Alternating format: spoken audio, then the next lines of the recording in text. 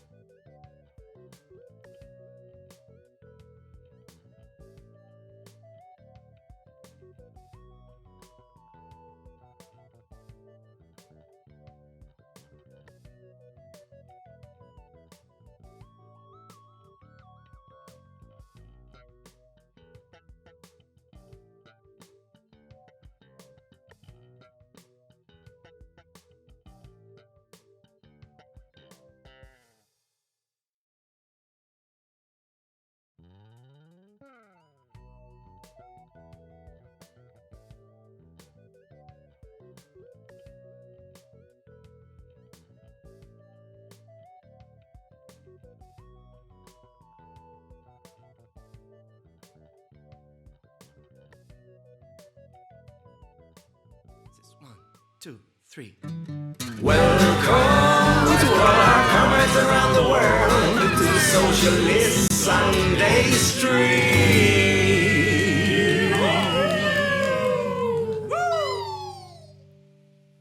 Welcome everybody to the Socialist Sunday stream. We got our fantastic family here. We have Paul Morrin, we have Kathrin in the house, and we got Sup? like a very special guest tonight. We got BigBreadBrainz coming to our hangout and chat and say hello. Hello, everybody. It's Toni from BigBreadBrainz. The moment we've all been waiting for. Thank you for having me on. So Pleasure's chilling. all Great to ours, have man. you. Yeah, definitely. So chilling this morning, and we're gonna start talking. We were very heated up before before we started the actual live thing. Let's say hi to all our people in the house. We got Christopher Savo, we got Michaela Smith, we got Lex, Hey, Chris. Il Sinestro, Next. and Dorian Sapiens and a lonely panda in the house. So good to have you all here. Amazing people. So we were very heated talking about drug legalization and the issues. What do you think about all this stuff, Tony? Well, there's kind of a lot, I guess. So I guess the guy that was calling Paul liberal or whatever, so I guess that guy is like a revolution versus reform type guy. But I guess the thing is like Yep. if we were to pass policies to help people that suffer from drug abuse or drug addiction, those people can more likely be able to help the revolution. You know what I'm saying? So Totally. I feel like that's one of the first steps is implementing those helpful policies to get to the revolution. Um, you can't have a revolution if there's just a whole bunch of people that are like on a whole bunch of painkillers and like tired. You know what I'm saying? Or in Like we need prison. exactly.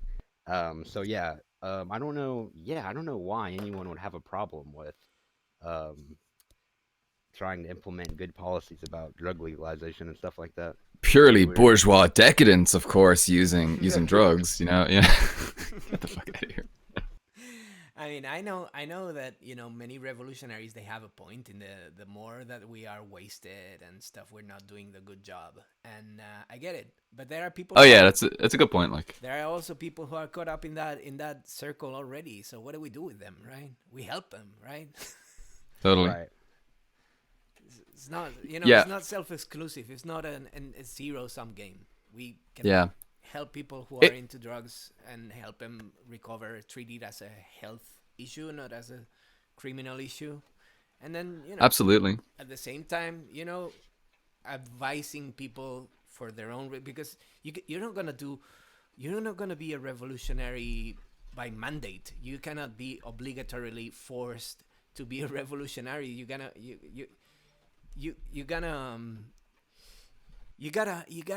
tell you gotta tell people like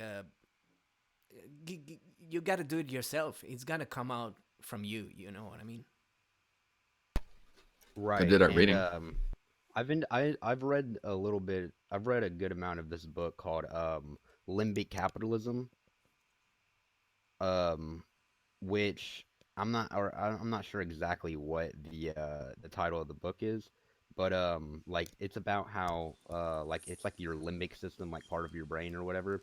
But it's basically about how like cigarettes, gambling, and like there's a number of things in capitalist society that's part of consumerism that is like prone and is like made to be addictive so that we keep coming back and spending our money on it or whatever. So it's kind of like drug addiction is like inherent, and especially pharmaceutical pills or whatever. Like a lot of the time they know that they're highly addictive, and they still mass produce them at a large scale. So it's kind of like if people are addicted to them, it makes them more profit, and also it makes the prison system more profit by being able to jail more people. So it's Yeah. like you can apply a Marxist analysis to basically anything, drug abuse, anything, basically. Totally. Yeah. Yeah. But then, yeah. but I guess that gives like another argument for legalization, because if it really helps the prison system, then I guess legalizing them would still help, because then it would lead to less people being incarcerated for taking it. Exactly. But yeah, I can see what you mean. So does the book kind of argue that we shouldn't be taking drugs because they're like, it's just another form of consumerism? Is that what it's saying? Um, I don't know if anywhere in there it specifically says that we shouldn't take them, I guess it's just about how about how we have certain like systems in play, and how people like corporations, tobacco companies, people that own casinos, it's like how they set up certain things to prey on our addiction, you know what I'm saying, that we have biologically.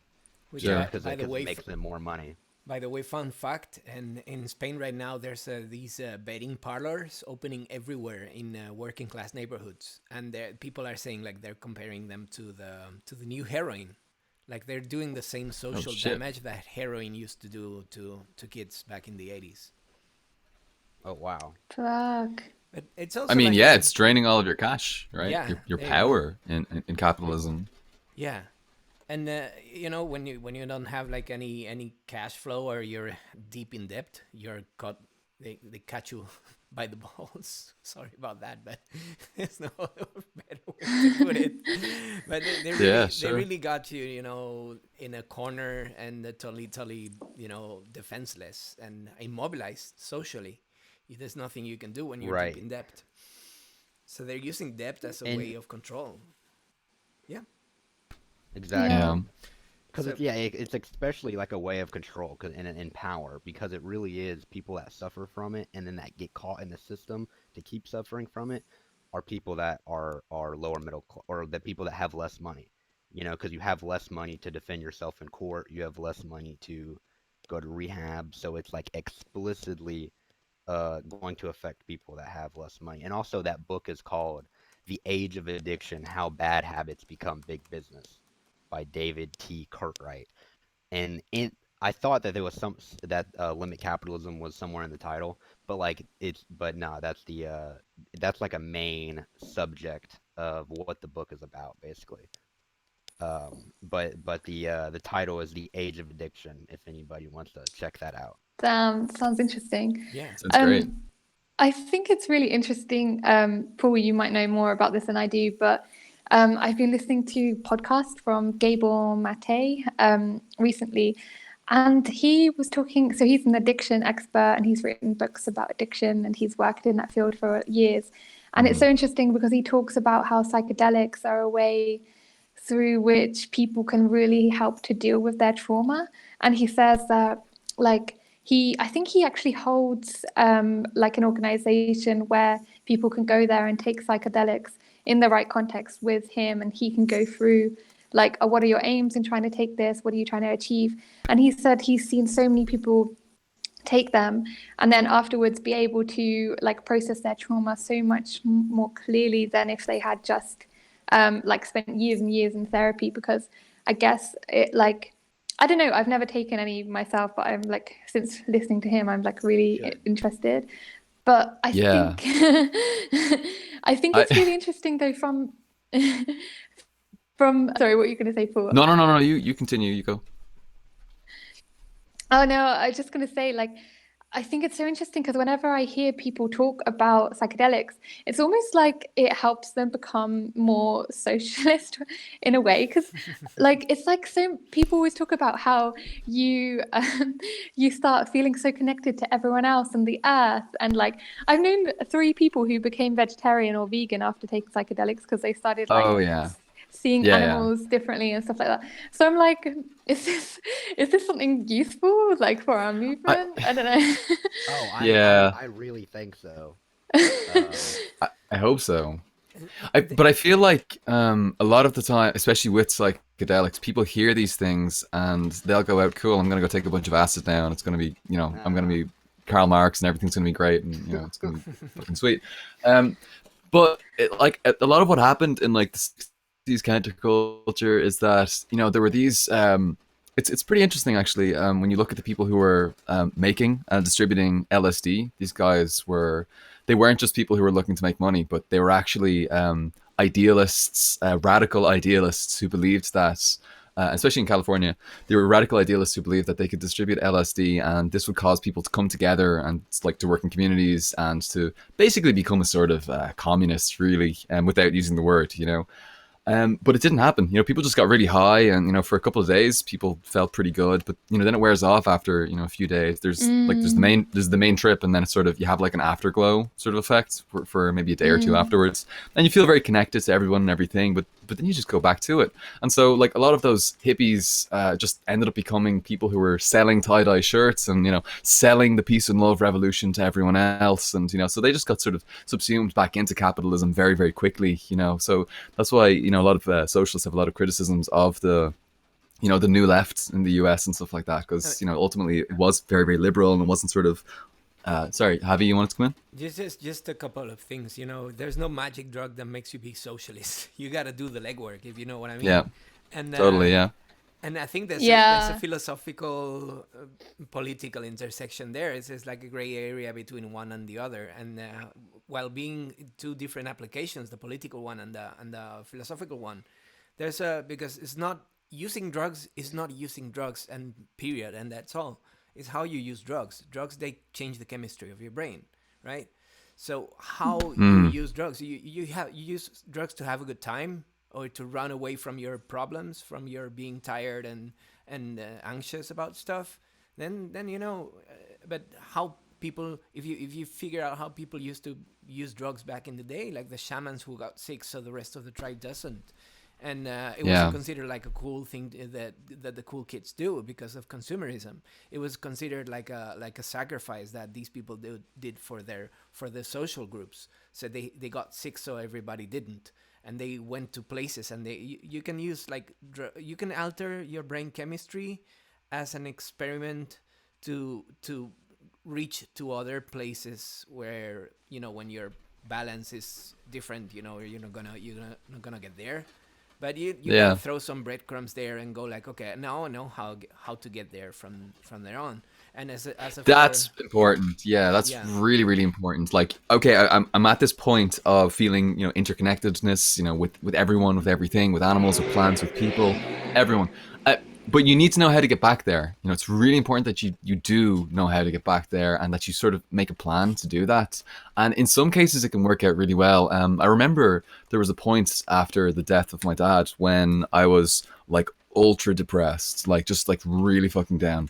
And one night I took MDMA, and it was like it was a profound experience. It lifted me up, and I just felt happy and connected to everyone. And you know, I hadn't been experiencing joy or happiness for months. You know, I just been so down in the dumps. You know, and so I had this incredible experience, and like to anybody else, it just looked like me getting fucked up in a club and partying and stuff like that. But it was such a powerful experience to me because it showed me that, okay, this is what life has to offer. You know, I can still have these sort of incredible moments, you know, to get like the Foucault sort of limit experiences or whatever, you know, but like you can still have these peak moments. And that was something that I had felt before, you know, without the drug. You know, I'd felt these moments of incredible happiness, of, you know, just this wonderful, amazing feeling. But it reminded me that life still can give you this. You know what I mean? Like even when you're really fucking down. So that gave me drive. That actually helped to sort of break me out. To sort of, you know, it was like I was stuck in a swamp. You know, like I was up to my waist in this depression and just this grief experience. And I felt like this sort of loosened it. This sort of loosened things a little bit. So, you know, even like the next day or a couple of days after, I sort of felt it was easier to get back to that happier place after being sort of so bogged down for a very long time, you know. What do you think again? And I MDMA was ecstasy or MDMA. Fair enough. And Javi's like, let me get some of that shit. get the shit into me. Yep. Yeah, but it never had that experience again. It was only that one time that was good for me, and I've like, I'd say probably like maybe like 66% of the times I've taken psychedelics has been kind of shitty, not that good, but like 33% of the time they were like, it was really good, like really amazing, really just fantastic. Opened my eyes, made me start thinking about things much more deeply. Yeah, it gave me much more sort of, you know, proto-socialist ideas, or sort of helped me to build on ideas that I'd had before and stuff like that. Acid, you know, acid has this thing, LSD, it makes your mind speed up a lot. Yeah. You know, like it really speeds up your mind. You know, just everything sort of becomes very, very quick, very fast, and you're thinking all the time, and you're making all these connections. You're seeing patterns that you couldn't see before, and consumerism and how the society works. It just becomes so crystal clear to you, man. Exactly. Right? Yeah, I always, it becomes crystal clear. I always tell people, like I've never had a bad trip, you know, because it's 100%. Well, the idea is like, of course, just if you do, you know, if you do it multiple times, you're gonna have some points where you're like, okay, this isn't that pleasurable, I guess, you know what I'm saying? Because like you could be freaking out or whatever. But the whole idea is it's like, you're supposed to make it. You're supposed to make it what it is. So like, Sure. if you were like oh yeah, I didn't like that or I didn't enjoy that, then that's how you made it. You know what I'm saying? So I guess it's really like your perspective on it or whatever. But Mark Fisher, like he was about to come out with this book called Acid Communism, which Oh, sounds that's right. Yeah. yeah, which sounds really cool. And the publisher from Zero Books, which is the publisher that published the works of Mark Fisher. Douglas Lane or Yeah, something. Douglas Lane. So he used to be a science fiction writer, right?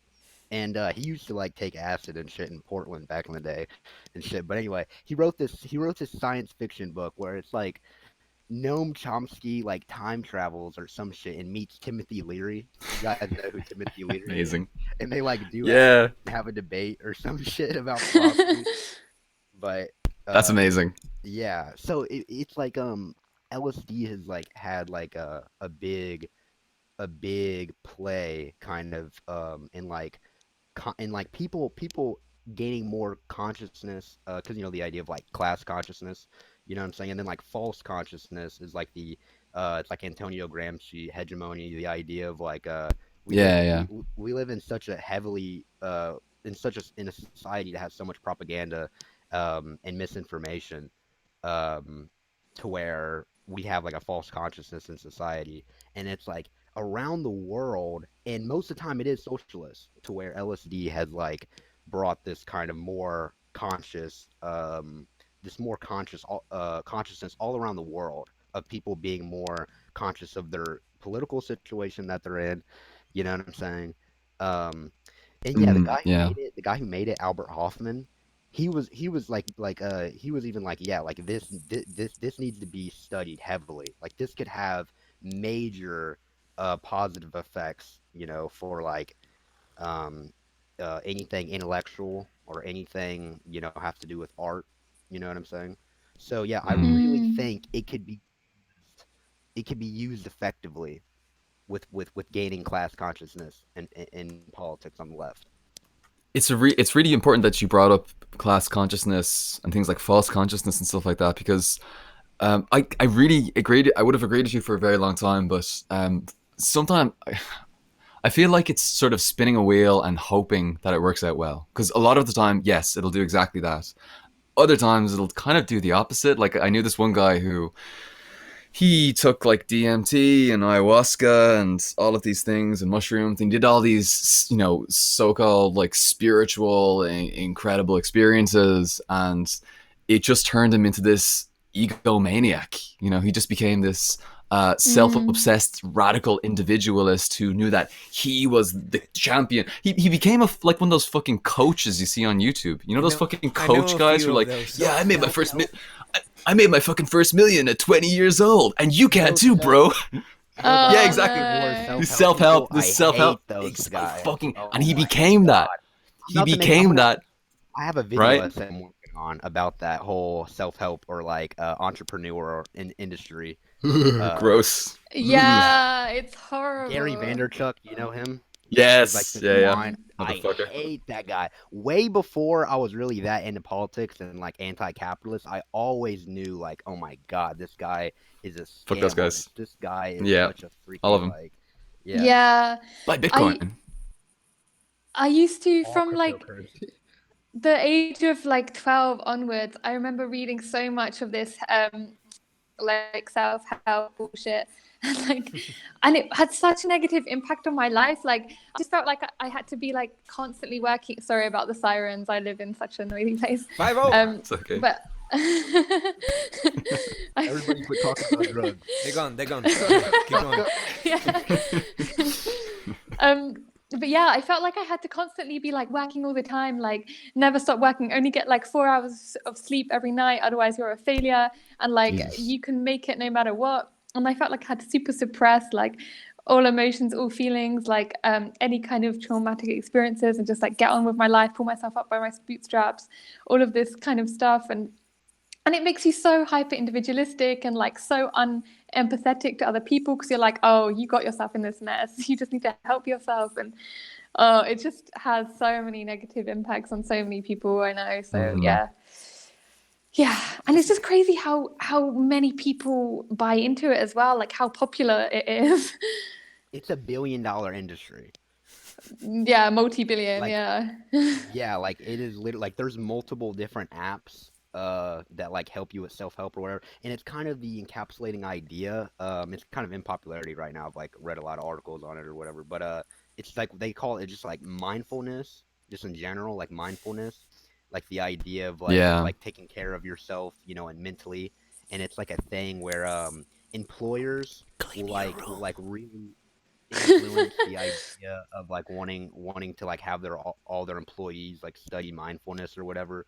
um like the idea, and like instead of trying to help them materially, like raising their wage or whatever, oh, just give them a mindfulness course or whatever, you know what I'm saying?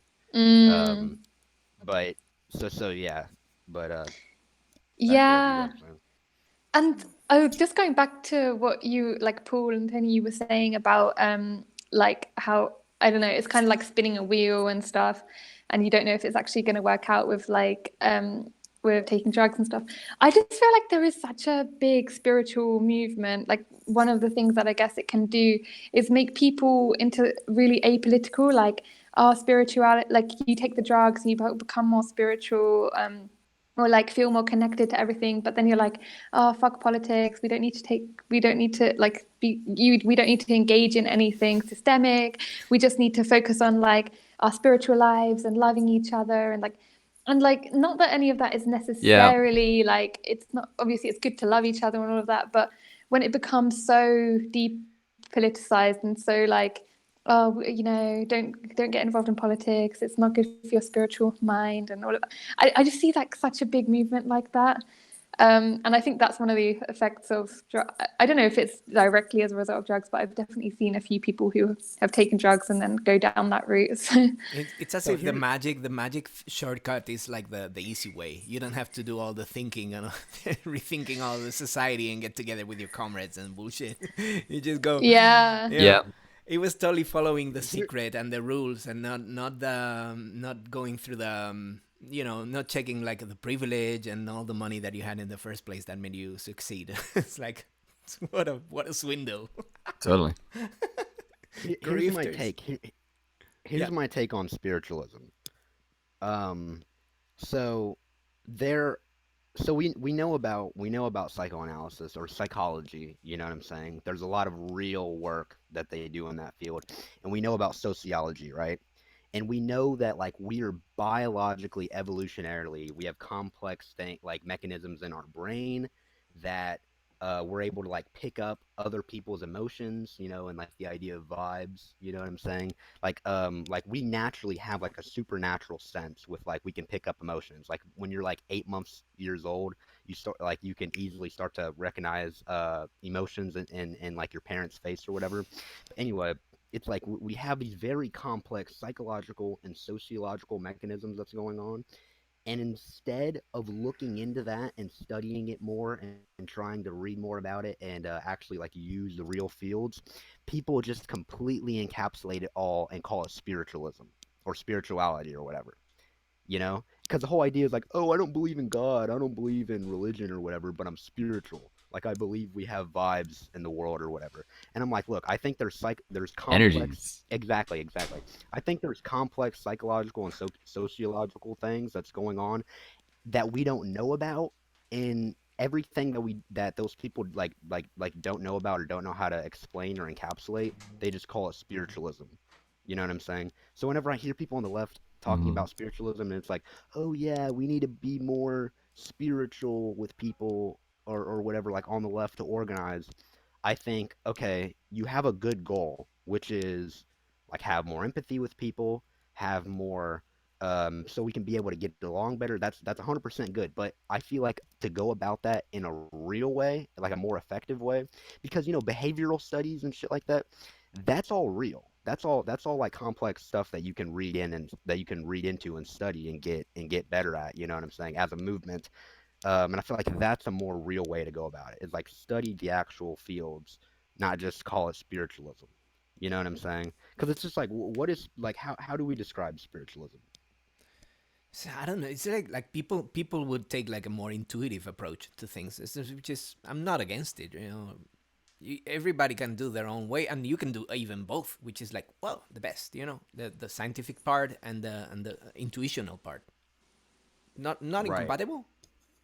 Yeah, I'm also like very kind of spiritually curious, and like I know what you mean about the term, like what does it even mean? And I'm also just like trying to figure it out. I don't really know what my beliefs are, but I guess if it's beneficial, then like in some ways it's good, and if it helps some people and it works for them, then I guess I'm like I don't have a problem with it. But it's definitely interesting. I didn't know any of what you just talked about, so it's interesting to think about for sure. Yeah, it's like Right. in my experience, most of the actual spirituality that is not a grift is all based on empathy, and everything that I've seen out there that is not like a grift. It's based on empathy and feeling good about each other, and most of There is a the lot of grit with the that spirituality yeah, thing, yeah, is of what I'm course, of saying, course, the because very it's few that are such an not a easy grift. thing to make That's the money on. problem. Yeah, Yeah, absolutely. it's such an easy thing to make money on. Yep. Mm, And Marx talks about this with commodity fetishism, which is the idea. Because when he talks about commodity fetishism, there's like a quote where he's like literally the only way I can make a good analogy for you to understand is I have to use religion because it's so religious like the idea with commodity fetishism. Um, and that's kind of the idea is they're like it's just every single step of the way in human evolution we figured out that we were wrong about so many things. So it's like at some point, whenever someone like in the middle of the town just started having a seizure, they went and grabbed a preacher and got holy water and threw it on him and everything. You know what I'm saying? 100% everywhere in law, like literally in their courtroom, they looked at everything through religion. So they were like, yes, this man was just possessed by a demon. Like they thought they knew that for a fact or whatever. 100 years later, 200 years later, we know, oh, this is a seizure. We know exactly what's happening. He's having like a heat stroke or whatever. This is a seizure. We can explain it to you scientifically 100%. You know what I'm saying? Yeah. So I guess the idea is religion or spirituality is just you're just encapsulating a whole bunch of shit that you don't know about that you should know about because it's probably really important, and you're just calling it spiritualism. You know what I'm saying? Yeah. Instead of like, so that's my thing is I feel like it could be we could get more into the empathy thing. You know what I'm saying? Like I feel like if we looked into behavioral studies on the left, you know what I'm saying? Sociology, that's already like a big field between in leftists or whatever. But I feel like that would be a real field to study if we want to learn about, oh, how can we build more empathetic organizations? How can we like learn about certain techniques about treating each other well or whatever, or how to not make people feel uncomfortable social wise, and Yep. you know what I'm saying? Yep. That's real shit right there. I Much feel like needed. that will actually, yeah, because the whole thing is, look, science is universal, so it's intersectional. Whatever race you are, whatever class you are, you can agree to science. That's why I think we should heavily keep on the science side on the left. You know what I'm saying? Because it's universal. Everybody can agree on it. Once you get into spiritual shit, it's subjective. You know what I'm saying? You don't have any I, universal thing to agree but on I whenever think we we need to be come into careful. complex problems. I think we need to be really careful though, because this can this kind of can have like imperial overtones to a lot of people. Like we're these enlightened Western people who are going to tell like all these other people what's correct and what's incorrect. Because I totally agree. I absolutely agree with what you're saying. But over the years, I found that the religion and spirituality hill, it's just not a good hill to die on. It's really not. You can alienate a lot of people, like very quickly. You can get a lot of people on board. But like for example, if you meet a bunch of like religious people and they're like, "Oh no, I can't be a socialist. I'm religious, etc., etc." Well, you can just say, "Hey, do you know about um, liberation theology in Brazil and how that was so important for freeing people from the fascist dictatorship, in the 60s to the 80s?" And then people are like, "Oh no, I didn't realize that. I didn't realize that, religion and spirituality religion and socialism can kind of come together." And um, I found that way is a little bit better for organizing on like a large scale, because religion is so deeply ingrained in people. You know, it's so core to their identity. You know what I mean? Like, and I know this like as an Irish person, because Catholicism was so key to a lot of Irish people's sense of identity and sense of self. Even if people don't identify by like Catholic doctrine or something like that, a lot of people will identify as Catholic purely politically, just to say like, no, we're not, let's say, Protestant or something, which would have been associated with British people like historically. And you know, so that was kind of part of our own national liberation struggle. And you know, that's very important for us historically, culturally, and socially, and stuff like that. So yeah, I don't know. What do you guys think? Maybe I I'm think it's just also saying a true lot that, of shit. that science, science is not, science questions itself. Like nothing is set in stone in science. So science is more a question than an answer. Science is a method of, trying to prove that things happen in a way by experimenting, documenting, uh, observing the results and peer reviewing. It's not science is not a philosophy. It's a method, a way of doing things. Like many older peoples would have done it. Like I go out and do something one day and do something the other day, and if I get different results, I examine why. That's science, and people have been doing it forever. We just, it's just more structured now, because after the age of the Enlightenment and all the imperialism and bullshit happened, science actually developed into like a more, more advanced way of doing the same, which is, trial and error, which is like how we've done things forever. So, in a way, Right. science and spirituality, it's just the part that says that we're winging it. We're trying. I don't know, that's how I see it. Yeah, Ye- and with Mm.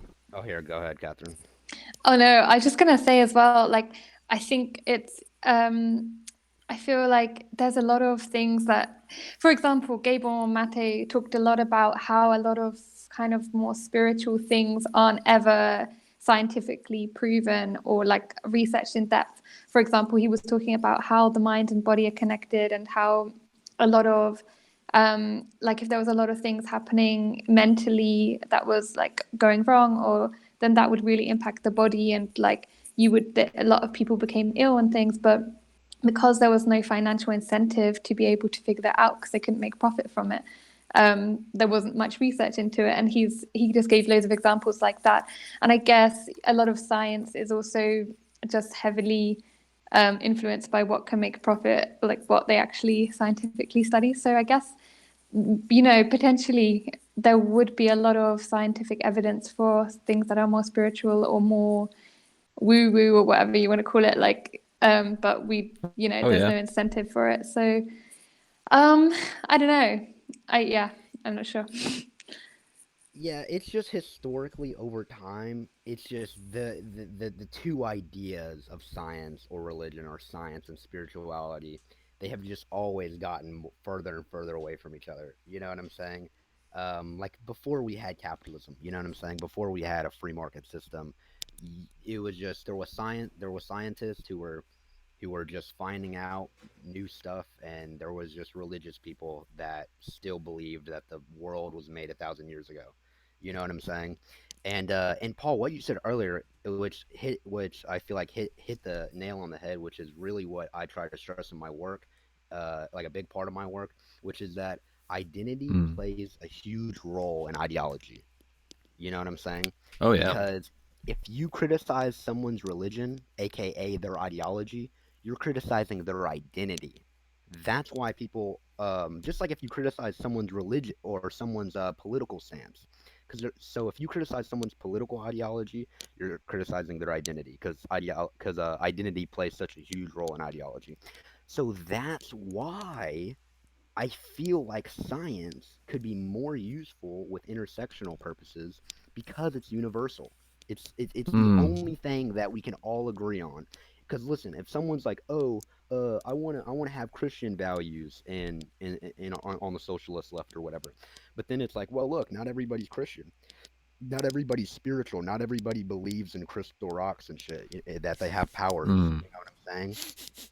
It, They don't. that's what's Spoiler. and no, that spiritual and like new age religion is also a $1 billion industry.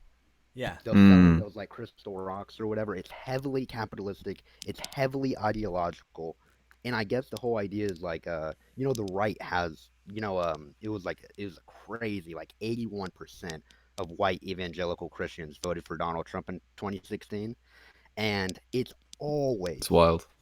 always been deeply inherently ingrained that the right wingers were always the religious people. You know what Yeah. I'm saying? Yeah.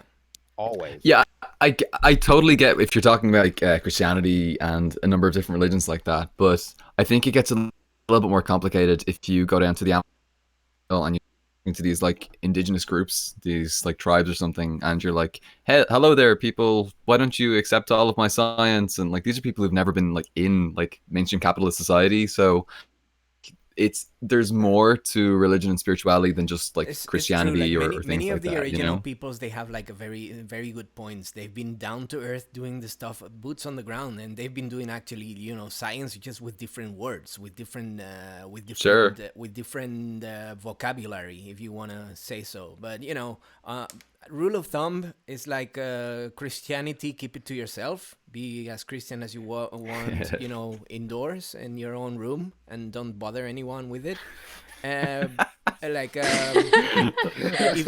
evangelicals and New Age, you can fuck right off. Like, I don't mind them doing it, but could they And just yeah, no, do not get me wrong. or I will fight for your freedom to be able to believe in Christianity. I Yeah. will fight for your freedom for you to be able to believe in awful shit. I will fight in for a your closet, freedom in a for dark that. closet, without But harming whenever other people. exactly, if you don't harm other people, then that's the problem. You know what I'm saying? Mm-hmm. But so look, this is actually really funny. So Zizek talks about this a lot, which is the idea that there's a lot more power in condemning your identity or whatever, or kind of taking yourself or saying like, oh yeah, because like the imperialist or whatever, like white imperialist, it's like, oh yeah, if you can condemn your white identity or whatever, you're actually getting a lot more power. You know what I'm saying?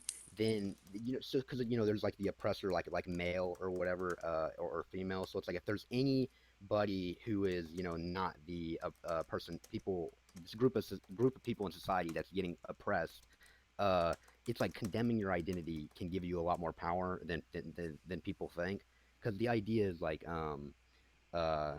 if there was a country right over to the country that let's say you're president or whatever, and in their religion, because here's like this is like an ethical problem. In their religion, they're like they're killing innocent people or whatever. They're killing or like beating innocent women or some shit. And the idea is like, oh, are you gonna be a big bad white imperialist and go over there and stop them from killing innocent people? You know what I'm saying? But it's like that's like, oh, that's kind of fucked up. You're stopping them from doing their religion. You know what I'm saying? Like that's part of their culture. So the idea is like, yeah, that's the ethical problem. Do you go over there and stop them from doing the bad shit, or are you like, hey, it's their religion. You have to let them do what they're gonna do. yeah, yeah. There are definitely these problematic aspects of different cultures that we bump our heads up against up from time to time, and it's uncomfortable, and I don't really know what to do with them. I remember hearing of there's some tribe in the world. I'm not sure where. Maybe that place Papua New Guinea or something like that. I'm probably pronouncing that incorrectly. And there's a tribe there where the kids, like little boys, when they're growing up, they're like 11 or 12 years old. They have to basically do like oral sex on older men, like adult men, and that's considered like their way of becoming men. They're like what they consider that to be getting the essence of masculinity, and it's not considered like a homosexual thing. It's just considered it's part of growing up and becoming a man and all of these things. And so like from an outsider perspective, you're like, wow, this is like an 11-year-old little boy, with like a 40-year-old man, or 30-year-old man, or whatever it might be, whatever age, um, we would be very quick to just say, whoa, that's fucked up. Let's not do that, But this is part of their culture for so long, and so like, what do you do? Do we take this perspective where we say we know what's right, we know what's wrong, and tell them you can't do that anymore? Do we get this? Do we send some states in to deal with this problem? How do we deal with these things? I don't have the answers. It's up to those to those communities to question whether they're actually doing like a rite of passage or the boomer is getting a BJ. You know what I mean? The way you phrase that. Just saying. But Yeah, it's up to their own community. They have to figure it out themselves. We're not. Yeah, I agree. I think that it's just way too neo-colonial to go over and say, "Oh, sorry, we disagree with that," or like that's not. I mean, Yeah. it is so difficult because it just makes me feel so like just thinking about it, it's awful. But then there's so many things that we still do and do across the globe that's causing so much harm. So like, what right do we really have to tell them like that's not okay? And probably will do more harm by intervening anyway, because it probably caused some kind of conflict or whatever. It's like the whole female genital mutilation or female genital. What's the other way? Yeah, that is so Ablation. fucked up. Yeah. Yeah. Yeah, I don't know if is it problematic to say mutilation, because I guess that's kind of imposing my own idea of it, of like that being wrong by saying it's mutilation. But Well, what's the definition of mutilation?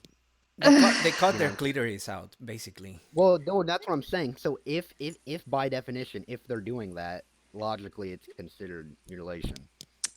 yeah, I guess like they would call it. I can't remember what else it's called, but maybe someone can help us out in the chat. But I know it's called something like, because I guess it has connotations of it being wrong, because it's like mutilation is like a bad thing. I don't know, but All of the fucked up shit in society, sexism, racism, a lot of it comes from religion, or comes from people being into this ideological, into the ideological realm. Yeah, But then- what's problematic with that in particular is that many women from those societies have been complaining about how the whole idea goes around they being denied having sexual pleasure, and that's fucked up. That needs to stop, because it's them who actually said no to that shit. But then if you think about it, like in the US and other Western countries, but I know specifically for the US, labiaplasty is the fastest growing like form of plastic surgery, and it's gone up 45% year upon year. And like labiaplasty is where you're basically like getting rid of like part of your lips on your vagina and like I think other parts. I'm not sure how exactly it works, and like one of the side effects can be that you completely lose any kind of pleasure. And similarly, we have so much plastic surgery in Western societies, and like we could say we have a personal, like it's our personal choice, but then have like are the conditions for real choice ever met in our patriarchal capitalist system? And like similarly, they say it's a choice. Like a lot of the people like engaging in female genital mutilation, or like the adults are like, oh, it's my choice, I agree to this. So like I don't know, they could equally argue that we're doing exactly the same thing, mutilating our bodies like just as much as they are. Yeah, I mean, if they're in danger of losing their sexual pleasure, why do it? And then we have to examine the pressures that they feel to do it. And who's telling people to go through labiaplasty? What mechanisms are being used to have people going through those difficult operations? That's tricky. Yeah, and I guess, but then it's also like not really. I guess the root of the problem is patriarchy and capitalism, with like in both examples. So I guess we should begin by dismantling patriarchy rather than like going over there and telling them that that's wrong. I suppose Right that would be the start. Right on. But yeah, I guess the difference is that I think the people that it's normally like children, right, that are mutilated, whereas like adults are the ones that are able to get surgery. So I guess there's like a difference in that sense. Yeah, but you know, But British people yeah, voted for Brexit too. You know, they're regretting it now. If you know what I mean, there are ways to make adults make the wrong decisions if you apply the right yeah, pressure. yeah, yeah. The power of hegemony. Yeah, definitely. Should we Although move on to Brexit's a the? different conversation. Yeah. Just saying, Brexit's a different conversation. I, we've added nuance to this recently. I think Kathrin and I were talking a little bit about it and how it's not quite as it's not quite as cut and dry. Just a right wing populist thing. I mean, there is a good socialist cause for Brexit and Legsit and all those things, and people voting for the NHS, and of course they were lied to. But I just want to add a little bit of nuance to it.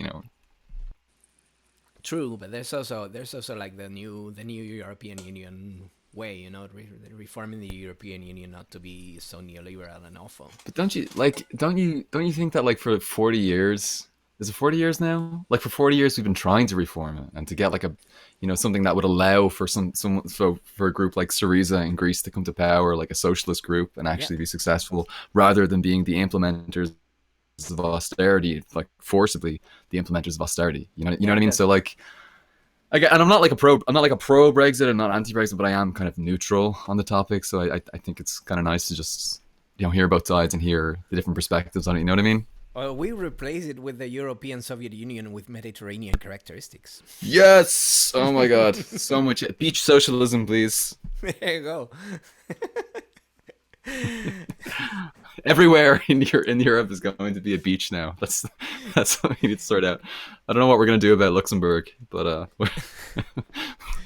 we'll try and turn it into move a on beach. to the other subjects that we had like for today. We had like Breadtube and Breadtube, basically. Oh, I didn't know we were gonna talk about Organizing. Breadtube. I like it. What do you guys want to talk about? Or we could talk about mental health as well. Was mental health on the list? Yeah. Breadtube, mental health or organizing. Should we like roll the dice? Or? What one would you like to talk about most, Tony? Flip a coin. I guess whatever you guys want to talk about. Doesn't really. You kind of like all these things kind of connect together, right? All these different subjects. Definitely. I should change the title to drugs and other stuff. I'm sure he's gonna get like a lot of clicks. No. Just kidding. Yeah, there's like a lot of Vice articles about. Also, first of all, Vice they do a lot of good work, but they're also like corporate. I'm pretty sure, and they're not 100% cool. So it's like take it with a grain of salt or whatever. But they have a lot of articles about how there's a lot of research with like MDMA and it helping people with like PTSD and stuff like that and depression. Yeah. I mean, yeah, Yeah. totally. Been there. Not What? PTSD, but yeah. 5-0. So, Yeah, obeying the lie. what- Great fun. They're gone. What do you guys generally think about like drugs for depression and anxiety and other mental health issues? Like, I mean, prescribed drugs or non-prescribed drugs. Pharmaceutical, like the pharmaceutical industry. Yeah, I guess. Yeah. It's really complicated. Really, really complicated. Yeah. Because there are some that are like lifesavers and some of them that are potentially more damaging than anything else. Is my line cutting out? I think my internet's a little bit messed up at the moment. And so far, so good. You sound fine. No, yeah, it's you good. sound fine on my end. Oh, okay, cool. I'm sorry, Tony, you wanted to come in? Yeah, I kind of forgot what I was about to say. But, what was I going to say? Oh, yeah. It's also an extremely heavily underfunded field. Like if we had a lot more state or like government funding for it, it would be a lot better, because there's different fields in science or whatever. So of course your capitalism, fields that are a lot more profitable will make a lot more money, or they will be funded a lot more. So then Absolutely, yeah. like car industries, we have like cars that have TVs in them and shit, but we don't even know why we dream yet. Mental health and the brain, and psychology and psychoanalysis is just such a underfunded field that it's like there's still like basic questions we don't know about our brain. But like we can like shoot rockets into outer space and stuff. So, it's like, one, it's underfunded because we're under capitalism and we don't have enough government planning to figure out that psychology is an incredibly important field that needs to be funded more so that it could have more research and stuff like that. So, um, and yeah, I guess there are, so like antidepressants and stuff, there's a lot of ones, like, I guess it's just like some people do well under them and some people don't. And people there's like certain there was like a Sam Cedar had someone on that was talking about how there's a certain manufacturing of this certain antidepressant or whatever that like had like cheap materials in it, and like it had like pieces of metal in it and stuff because of just Jesus. how, yeah, just like how badly yeah, go ahead. There you go. Just like how badly um it's it how badly like this capitalist system has completely took over the pharmaceutical industry to where they will use cheaper materials to make more of a profit. um so yeah, it's like it's underfunded, one, and it's completely overtaken by for-profit industries.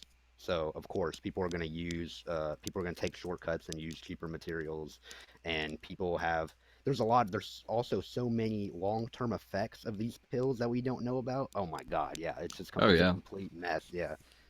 It feels like psychiatrists are kind of winging it too. Like, okay, let's try it. Let's try this. Does it work? Okay, no, let's cut it. Let's do this other one. Does it work? No. Okay. Let's see this new one just to try. You know, it's understandable. The brain is like a difficult organ to tap into. Like you can sew a big artery or some muscles together, and you can do it because it's mechanical. It's out there. You can stitch it up together and do the good old butchery, precision butchery. um you can do it nicely, but the brain, how do you fix that shit? And people do and we gotta give like doctors and researchers a break in that way. Like they're trying. They don't have to. They're not gods or superpowered individuals. They're just trying their best. And yeah, the Yeah. problem is the other grifters, the drug industry for sure. Like all the good Mm. research that is done to fix things in general is public because they That's what have I'm no saying. Yeah. vested interest in profit, if you know what I mean. Yeah, like we need more of that funding. You know what I'm saying? Right on. So Because first of all, it's already an incredibly complex field, first of all, and we don't have any funding for it. yeah, So yeah.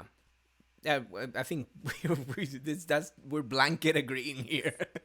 yeah. Yeah, It's really important that we can tie this back to what we were talking about before with like psychedelics and stuff like that. I mean, there's a ton of drugs out there that are really, really useful, like as once-off drugs that can be taken to deal with any number of problems. For example, I'm thinking about iboga or ibogaine. I think iboga is the plant, and then ibogaine is the drug.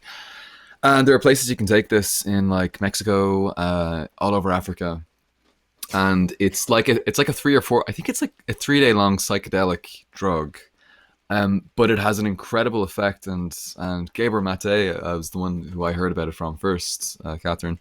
But basically, it seems to reset in your brain. From what I heard, anyway, it seems something like the opiates, something related to like opiate addiction, right? So if you're addicted to heroin or something, they're going to put you on this drug for like 3 or 4 days, and it seems to like reset this addiction pathway in our brain, right? Which is just incredible. But the thing is, you don't need to take that like every week or every day for 6 months or anything. It's just a once-off treatment, right? And so if we're in capitalism and it's more, let's say, profitable for them to prescribe you with 5 other pills that you need to take every single day, like let's say antidepressants or any number of different drugs that they can give you, well, it's not going to be very beneficial for them to just sort of give you just one thing, like go to a treatment or go to a retreat for like a week and to get off these things. You know what I mean? So we probably do need to take that into account. There's lots of other drugs that have been found to be useful, especially psychedelics that have been shown to be useful in helping to lift addiction. I know psilocybin mushrooms have been proven to help keep people off cigarettes. So for people who are interested in quitting cigarettes, psilocybin mushrooms is very, very promising for that. And there's a bunch of other psychedelic drugs which have been really, really useful in getting people off these things. But again, it seems to be the case that you only take it, like once, maybe twice, in very heavily monitored situations with therapists who are going to look after you, make sure you don't have a bad trip. They're going to give you all the support that you need and everything. So yeah, anyone listening, don't go fucking tripping and expecting like all your problems are going to be solved. Sorry, had a vision. It was like Dr. Hoffman style.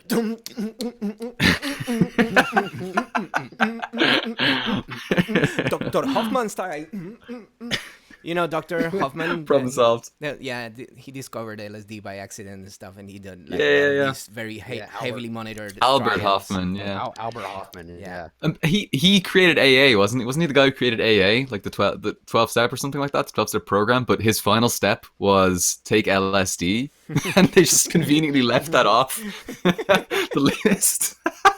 It's unbelievable. That was the final step. He was like, okay, do all of these things, all of these steps to recovery.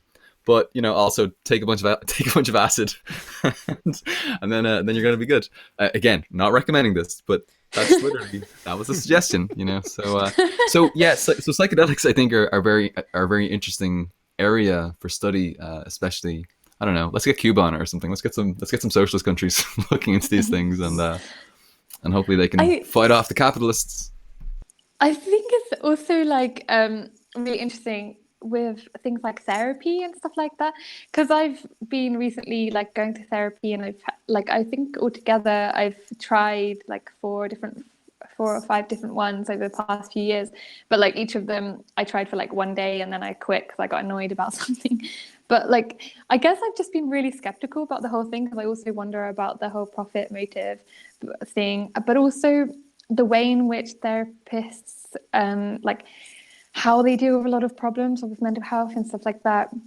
I find really interesting because, for example, with me, I mean, I'm mainly going for like to deal with different forms of abuse, but they often try and deal with it in such a like individualistic way, or like, change the way you're thinking about certain things, or change how you see yourself, or like, the cognitive behavioral therapy is, I think, mainly about like, getting you to change your thoughts. And even PTSD, it's like, it's very kind of, I think, I'm not saying any of these things are bad, and I think like therapy can be very helpful, but this kind of it's like such a hierarchical way of doing things a lot of the time. Like there's the knower, they have the answers, and you're like the one being told what to do a lot of the time.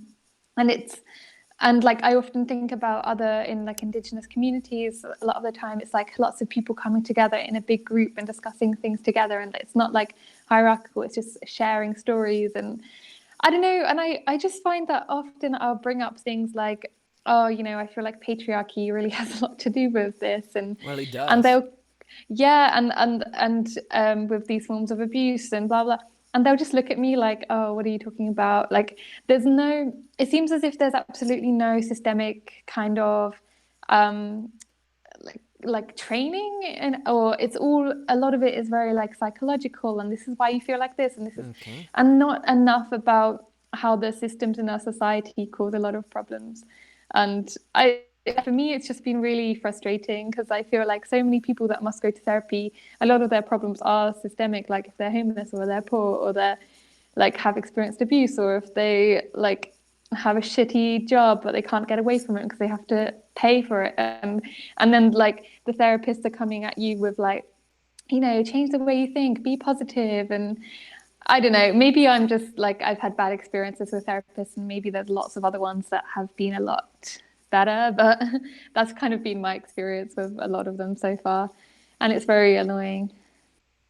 Yeah. Oh yeah, I exactly agree with you. I think like because that was perfect, because it, like, you perfectly explained it, and it also perfectly fits with Mark Fisher's or just the idea that people don't really see mental health as being political, or that it could have heavy ties to politics or whatever.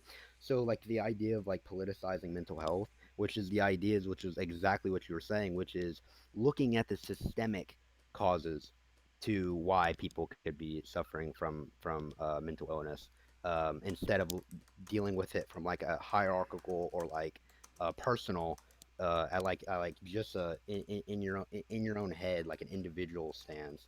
You can think of it systematically, and the whole idea is that the pharmaceutical industries and capitalist realism in general profits off the fact that mental health is your fault, or that mental health is an individual's fault instead of the system at large. Because it's just like, no matter what, if you have less money, you are gonna be less likely to be mentally healthy. You know what I'm saying? Totally. You just have less money for treatment. You have less money. You have less. If you have less money, you have less free time to Yeah. enjoy yourself. You're more stressed out, which will. That's what I deal with heavily, which is stress about money, and that just infuriates, like completely blows up all my other problems, all my other things that I deal with. You know what I'm saying? The stress is like my immediate overall thing that really blows up every single other or like makes every other like idea of a problem worse. And that stress is heavily economic, heavily tied to money. So whenever I read capitalist realism and the idea of like, you know, hey, it's not just it's not a personal deal. There's systemic and material reasons behind these things. It's a life changer for how you look at the world and how you look at your life. And that's also a thing with like intersectional reasons. We have a lot of intersectional reasons on the left to talk about mental health and talk about psychoanalysis. Yeah, it sounds like it's like a more or less like a liberal approach, very individualistic and ignoring all the systemic reasons for mental health, which is something I don't. Before you mentioned about not having people not having made like a ton of research about mental health in general, but not only about fixing it, but about preventing it. What are the Yeah, like causes where for it's mental coming health? from. Yeah, Exactly. Yeah. And yeah, that's what Mark Fisher talks about, is that it's profitable. Like, no wonder why we have this cultural thing. It's like, pull yourselves up by your bootstraps or whatever. Go and work for your, like, if you want to be mentally healthy, go and work for it. You know what I'm saying? So that you can pay for it. Uh, Capitalism profits off of that. So it's like, of course we have that deeply ingrained in our society. also in main pop culture like Queen Under Pressure, but not Vanilla Ice though. But the lyrics Yeah. talk a little bit about the pressure pushing down on me, pushing down on you. No man asked for, if you know what I mean. Uh, there's a lot of it's like we live in a world in which our self worth is contested all the time. Sometimes for profit, sometimes by accident, and sometimes by design. And that fucks us up, like real good. There's a lot of violence out there, and it's normalized. Like being an asshole is Yeah. like the cool thing to do. It's what kids do, and it's like maybe don't be an asshole, and there'll be like a little bit less people going through preventable mental illness, because the unpreventable ones, the ones that have like chemical or biological origin, we can try and fix them. But the ones that are preventable, let's prevent them, motherfuckers. Just, just be nice. Right. to And like people. for my idea, yeah, for my idea to like kind of like on like a mobilization scale, or just to like do anything to try to inform people about this, because like I said, I feel like there's so many people that suffer from mental illness that care deeply about it and care very passionately about it, and all of this good stuff we're talking about, they don't know about. They don't know that they could go and vote, or that they can go and talk to their local congressperson and change this. They don't know that. So a way of kind of informing people, which is, just like with our work in general or whatever, but like an idea if I was to if we were to do something at kind of like at a media scale or whatever, like I've thought about, which I've really kind of just been sitting on and kind of developing it for a while, but I kind of have this idea of making like a documentary, but it'd be all, of course, it'd probably be crowdfunded, you know what I'm saying? And also a big part of it could be people going and doing like journalism themselves, you know what I'm saying? Like a mass movement around amount of people, maybe like around the world, um, of like them documenting or doing journalism on like their local mental health clinics, and like how poorly funded they are. Because I have a friend that's in Texas, right? And Texas is like the third worst state in America for how many underfunded mental health clinics they have. And he has like a lot of he's like part of this like Marxist movement in Texas or whatever. And he has like hundreds of friends that live in that live in Texas, and they've even dealt with some of these clinics or whatever, because like I've talked to them on Discord and shit. And it's like if we were to get a large amount of people to go and do this journalism themselves and then send in the footage, that could be a large amount of the documentary that's done for free, basically. You know what I'm saying? Just by a large movement of people. But it's really something that I've been kind of sitting on. But just the idea of, and also the title would be like, this is just what I have right now, the mental health industrial complex, like the military industrial complex, which is the idea that, what you guys probably know, which is just there's profit reasons for this industry of wars in the military, or like, and also how that applies to mental health is there's $1 billion industry profiting off our mental illness. You know what I'm saying?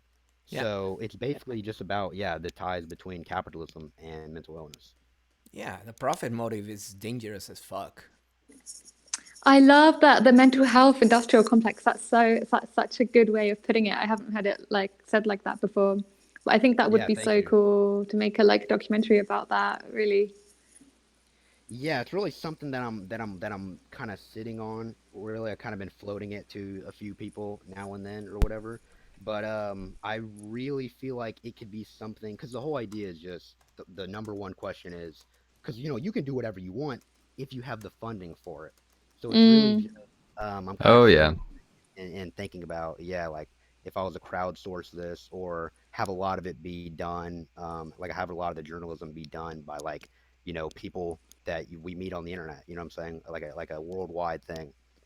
Yeah, yeah. I think Mm. you may have like a few people here on the European side that may be able to help. I'm just Oh saying, yeah. Totally. Oh yeah. Yeah. right? Just Have saying. you So, have you and Paul, I'd actually be interested, I don't know if you're able to answer this right now, but if you guys had the money, because like Tony was saying, it all depends on like how much funding you have. But say you had the money to literally do whatever project you could, do you know what you would try and make happen? For me, it'd probably be that documentary. Um, because Yeah. I mean, it's also it's something that I feel passionately about, and I kind of have it set up. So yeah, if I had funding, that's probably what I would do. And also a thing with funding is like we see like the left is capable of so much like powerful, beautiful things. Like we raised like the Surfs. They just did their live stream or whatever, their charity stream where they like raised like 100. I don't know how much money they made, like $100,000 to charities, just in like a few days. Like we are capable, if we could organize better, we are capable of doing whatever we want, of funding campaign projects, funding documentaries to mobilize people. But yeah, that's my answer. Is I'd probably do that documentary. Hell yeah. Javi? What would you guys do? Yeah. I don't know what budget are we talking about. All the If world's you money. had, yeah, if you had a lot of funding, what would be your first project you would do? I don't know. Depends. If I get like $1 million How much money you have? Yeah, or exactly. $1 billion, there's different things you can do with that different budgets. Like I could thinking quote unquote smaller. I would make a movie and then a shit ton of other movies, like fiction movies and stuff like that, because I'm into that right now. But if you give me like a bigger budget, I could even buy I don't know, a freaking island or something, and make it autonomous and have a revolution Amazing. start there. I would buy like a chunk of land, a huge one, and have volunteers coming and making things happen. Have our own grounds for growing food, and Would there be resources there, Javi? yeah. Maybe some oil? Again, Maybe some Then oil we or get something. overthrown. I mean, no, gotta be because careful. then we get By invaded by the capitalist U.S. Yeah, no. Yeah, I worries. think the U.S. might try and give you some freedom. Just water and a couple of armored turrets just to defend ourselves from Nestle and Coca-Cola, motherfuckers. No, maybe a big wall. I'd make like a small country, an army and everything, fairly anarchist, and but heavily armed, and make all kinds of awesome projects there, revolutionary projects of culture, of food and resources, and I would make like another Vietnam done well. What do you do? Sounds like beach socialism. Yeah. Oh, you know what's another thing with the Breadtube kind of idea of this, like, if like as a movement or whatever. This is what I keep hearing people, Breadtubers or people on Breadtube or whatever, keep saying, is they keep being explicit, like very explicit, that for a fact Breadtube is not a movement. We are not gonna do any good. We're not gonna do any good change through Breadtube. Breadtube is just for entertainment. And people keep telling me, quit trying to organize. Like, Breadtube isn't for serious shit. It's for entertainment and pouring milk on yourself and playing video games and shit like that. And I feel like okay, yes, it's heavily for profit. It's ran by a fucking capitalist corporation. YouTube is. So, like, of course, there's going to be a lot of people that are going for entertainment over actually doing real shit. But I feel like this platform still has the capabilities of doing a lot of good. You know what I'm saying? It's like there's so many charity streams that we've raised so much money and done so much organizing. I feel like we can do more of that. And I feel like people that are being explicit that you can't do that is just like that's kind of counterproductive. You know what I'm saying? Very counterproductive. Like, what's the point of being explicit that we're not going to be able to do anything serious through Breadtube? Sounds very 'cause defeatist. we already right? have. Yeah, exactly. So my whole thing is, it's like, yes, it's for entertainment, it's for fun, but we can also do a lot of serious work with it. You know what I'm I saying? always say it's propaganda. Totally. What we're doing is propaganda. It's fun, entertaining Yeah. propaganda. But some people, I mean, the clowns like me were doing fun, entertaining propaganda or failing at it. But some people like Paul or Kathrin, they're extremely educational. You're yourself, you do all the legwork and read all the theory and explain all the theory to people. Subscribe to BigBreadBrainz. Yeah, by the way, do by all means, because there's all the breakdowns of all the proper theory are there. I'm just a clown here, hanging out with three very smart people, if you know what I mean. But there's as long as we keep pushing the rhetoric of the left, that's already a mission that is worth a ton by itself. Yeah, I think it's really Yeah. important that we're in culture and we're represented within culture. Because we can spur on ideas here. So somebody might watch this for entertainment, and then they might get an idea, and maybe that person's very influential. Maybe they're a movie maker. Maybe they're working in a newspaper. Maybe they're working at a radio station. These are ways we can disseminate information, which can be propagated all throughout society, and it can be quite useful. A good friend of mine is working in a news station, a national news station in Ireland, and he's influenced by all of these things, and as a result of that, he's going on there and he's getting on national radio in Ireland, like the biggest one that we have, that the state is funding, and he's playing like the Red Flag and Solidarity Forever and like all of these like workers socialist songs and all of these That's things. so cool. Right? It's really, really cool. So like this can influence other people, and I think it's important to recognize that. And I think we'd like to do. I think we should do more of that. I think what Javi's doing is, it's great. You're actually making movies. You're actually or at least participating in the creation of these things and just into them. And we might start to see more and more of those things as time goes on. Hopefully we can get back to it, and I'm we prepping. can I'm prepping get some more of that for. I'm prepping for a content. short I'm gonna direct soon, hopefully. So Which sounds amazing.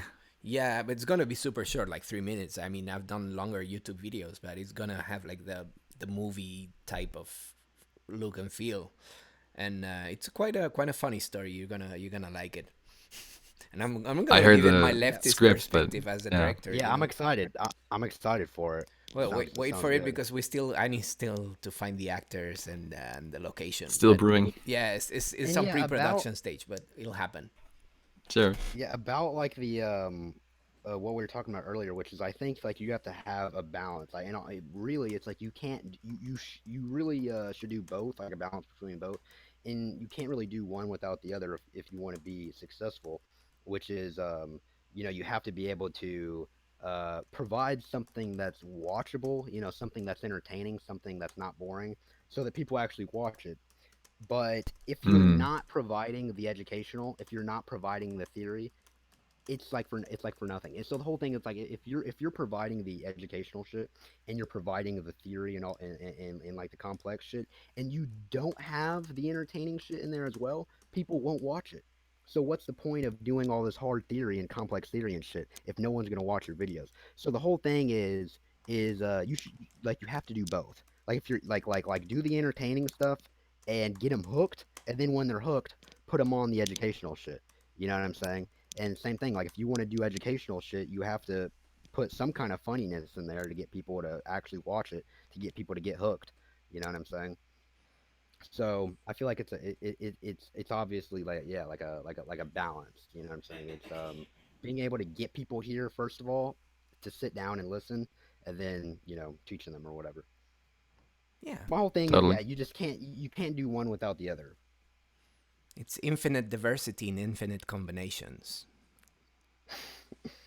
Sorry about the tricky Yeah. reference. Paul, what would you do if you had the funding?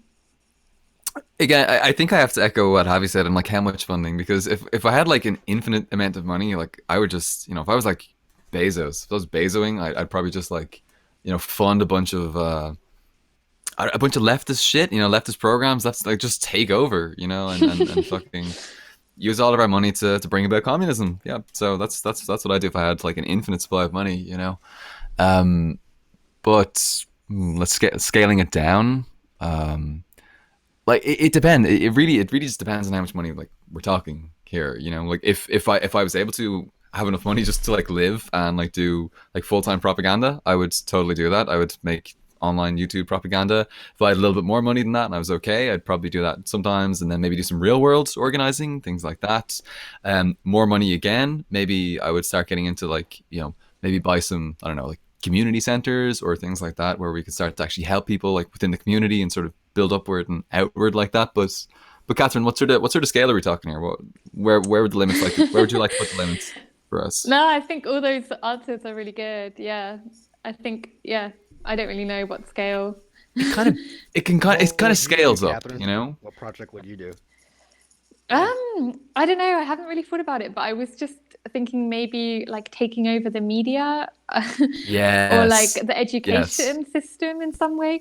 Just because I feel like, yeah, just because I think that maybe like the media has such an influence on culture and people's perceptions. So, and education, obviously. So if we were able to educate people and have the media influence people in such a way that everyone just immediately took for granted that leftism was the norm and totally the way we should go, then that would make changing society so easy.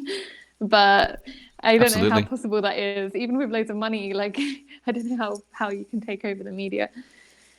But completely take over the media. And it maybe might not be that ethical as well. We want Kathrin to buy Disney.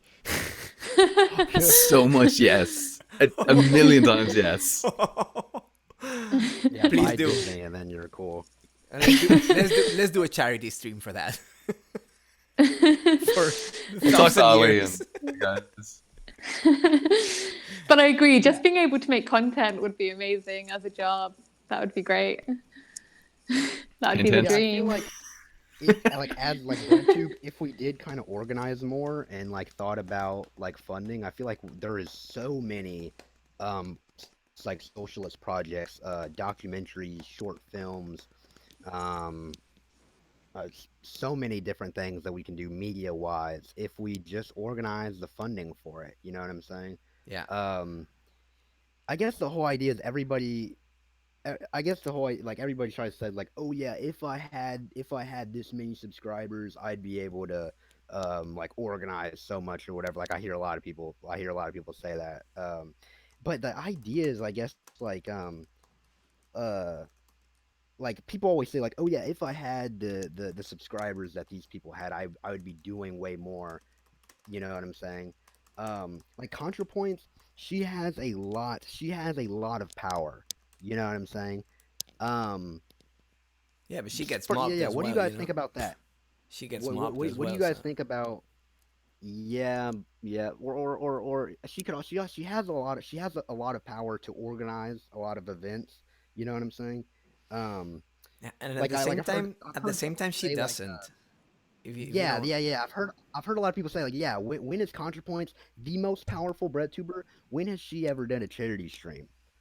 You know, or when has she ever organized anything to organize money? I love her. I love her work. You know what I'm saying? I've been a fan of her Mm. for I don't know how long, but she's very powerful, and I wish she used her power in a lot better ways rather than. And also a lot of like you know that Buck Angel thing.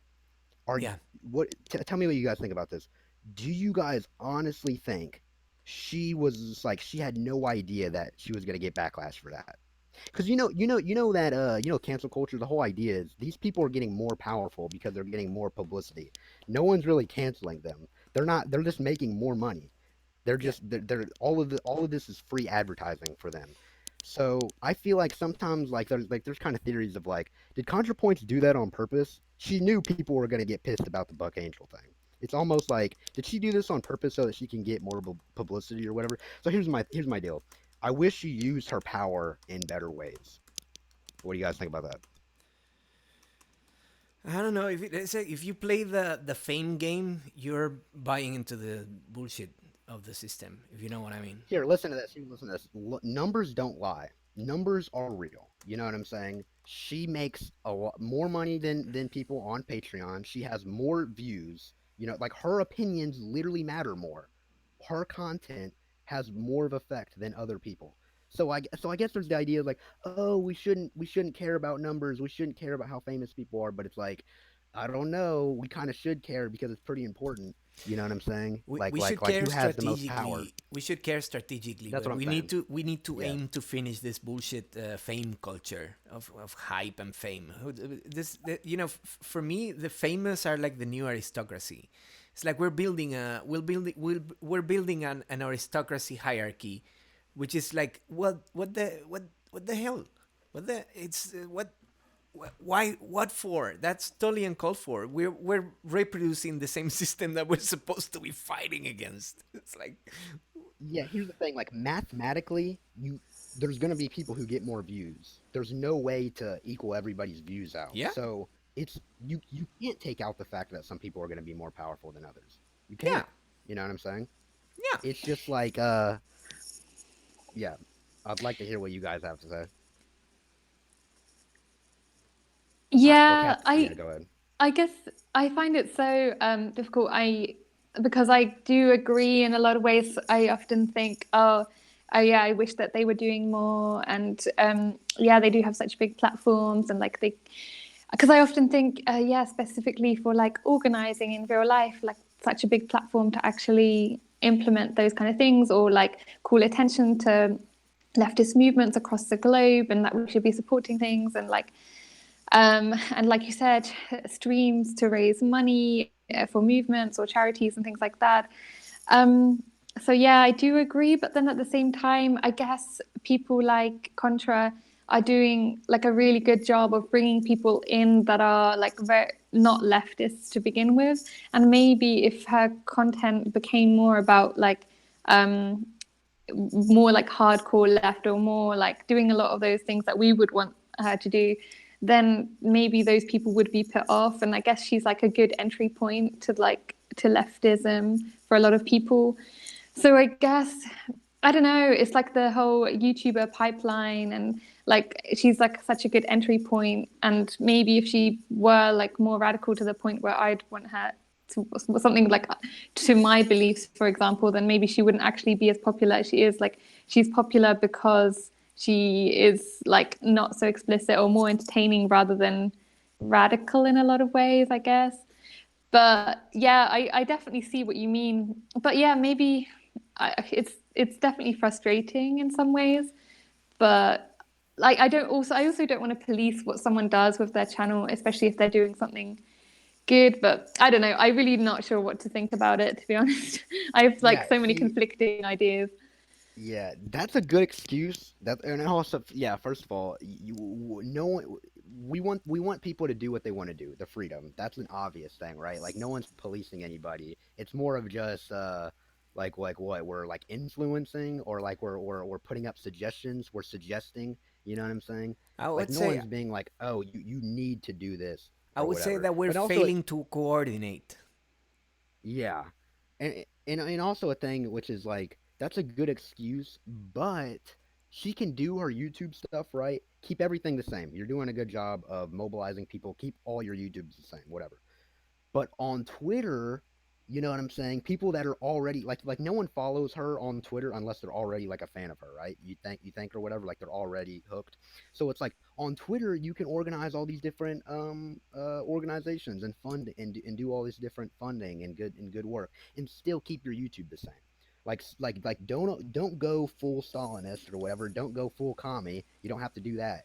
You can still do your YouTube exactly the same. You can do your mobilizing exactly the same and still do organizing for like funding and helping out any organizations that you can. You know what I'm saying? So I feel like you can do both. You know what I'm saying? Because your thing was like if she started doing that, she might lose fans or she might lose the more moderate people. But I feel like she can do both. I don't feel like people are going to be like, "Oh my God, she helped out this trans organization. That's too commie for me." Like I'm not gonna Yeah. subscribe to her. That's I kind of how don't I feel. necessarily disagree, but I just want to say is like but I think she came back on that at one point on Twitter because she made this thread like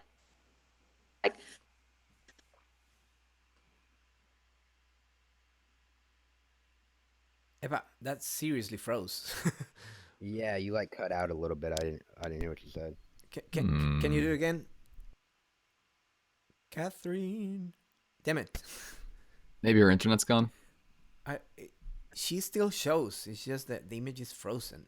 Strange. Yeah. No audio. She ran out of battery. There you go.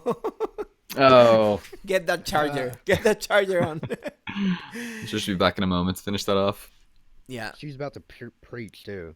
She was about to, Yeah, I she was can about to already throw tell. down. Yeah, I can already tell that was gonna be a fire point, whatever she was about to say. Everybody's got a job in the like let's say like the funnel or pipeline or whatever. Diversity of tactics. Yeah, I would Yeah. say yes, and That's great. Yeah, that's great. I don't feel like that's mutually exclusive from like doing organizing and funding and stuff like that. Yeah, I definitely like to see her doing a lot more of what you're talking about, Tony. I definitely like to see that. I would definitely like to. I'm not saying it's not a prerequisite for to support her. But I would definitely like to see it. Was she on the Donkey Kong stream that H Bomber guy did? I don't remember I her don't being know. on it. That Alexandria was, like, Ocasio-Cortez was on it. Yeah, that was like very hyped. That was wild, amazing. The thing is, I understand where you're coming from. Also, let everybody do their hustle in a way, and it sucks like that term in itself, but you know what I mean. Sure. The thing is, So- that's very true that we could be organized with each other better. Here's an example that I think kind of fits pretty well with this. It's like civil rights, which is the idea that we as a culture wanted something to change. So we wanted black people in America to have equal rights, right? So the idea is we put pressure down culturally. We don't have enough power to force people. We don't have enough power to force ContraPoints to do anything. We're just suggesting. If Yeah. we don't put the cultural pressure to make people Mhm. do better or change, then Yeah. they're not going to. Nothing will change if we don't start talking about it. You know what I'm saying? Like this is the first step right here. Yeah. Is talking about it, organizing, talking about it, putting it in people's minds. Yeah, That's it's all I very can Yeah, say. true. Like, totally. there are different And it's really approaches good. towards criticism, if you know what I mean. Totally. I think that's really important, Javi. There's a big difference between us saying, "Hey, what do you think? What do you think, Natalie, about maybe doing a little stream here, or what do you think about this? Might be a good idea. We can work on this." That's very different from cancel or burn the witch. Yeah. Like there's Right, a right. there's a very different approach you can take to these things. And I think one might be a lot more effective than the other. But as we've sort of talked about this on the stream a few times before, there's a big disconnect, I think, between I think the big bread tubers, the big left tubers, and like quote normal people. You know what I mean? Like they're very sort of Yes. isolated. I feel like among sort of us small tubers, I'm going to call it that from now on, small tubers. We're all sort of open and we're hanging out with each other. Most people, most people are pretty friendly and pretty willing to talk and stuff like that. But there is after a certain number, if there's a certain maybe 3 or 4 people who are very very disconnected from the rest of us. You know what I mean? I And of was thinking course, about that. Like, why is that? Like, why do you think that? Culturally, or yeah, like what could explain yeah, that? Because that is it's very such a strange. thing. There is this disconnect. Like all the smaller Yeah, YouTubers all fuck with each other. We're all yeah, cool. yeah, You yeah, know what I'm all the saying? time. It's pretty fun. Isn't that so weird? And then Yeah, like but Philosophy Tube and H Bomber Guy, they're cool with each yeah, other. Like all sure, of the top people are cool with each other, they're but buds. and then all the bottom people are cool with each other. Like it Yeah, is a little strange. I think the system it's very reproduces strange. itself. Like there Yeah, are these big classes. tube class. Yeah. Yes, the big Ye- tubers. it's like Peter rich Coffin people want to though hang out with rich is people. mixing it up. Yeah, Yeah. yeah, Yeah, yeah, there You are totally. know, there are a few people who have the numbers and are cool and approachable, and it's like AJ and Luna and Peter Coffin, Yeah, who yep, are yep. absolutely. They're great. who are doing it right, I guess. Just flattening the hierarchy, this unspoken hierarchy that exists between Totally. people who have Which is The great. big numbers. Serfs. The The The serfs Serfs are Serb. do an fantastic. Amazing. they do an Oh my god. Amazing. excellent job with. Lance is Oh like my, the most wholesome person ever. If oh Oh my my god. god, I hope yeah. they're No, listening he to this. Scoop it up, completely everyone. he completely put me on. I would not even completely like nearly have like my base for like the subscribers if it wasn't for the Serfs. Yeah. They do so much good work, because you know how we were just talking about these bigger bread tubers don't really do a lot. They don't really fuck with us that much or whatever. The Serfs is the best example of bigger bread tubers who do talk to smaller YouTubers and who Yep. do organizing and so much good work. Yeah. Hey, Kathrin you're is back. So sorry, good to have I'm you Hey, back. charging welcome now. Shit happens. Don't worry about it. So good to have you back. I'm on the floor now, so just bear with me. You threw it on the ground. Did you see that? It was music video, but who was what's the name of the? There are a bunch of liberals, but they're fun. What's the name of? Okay, I'll remember later. Keep going. Sorry.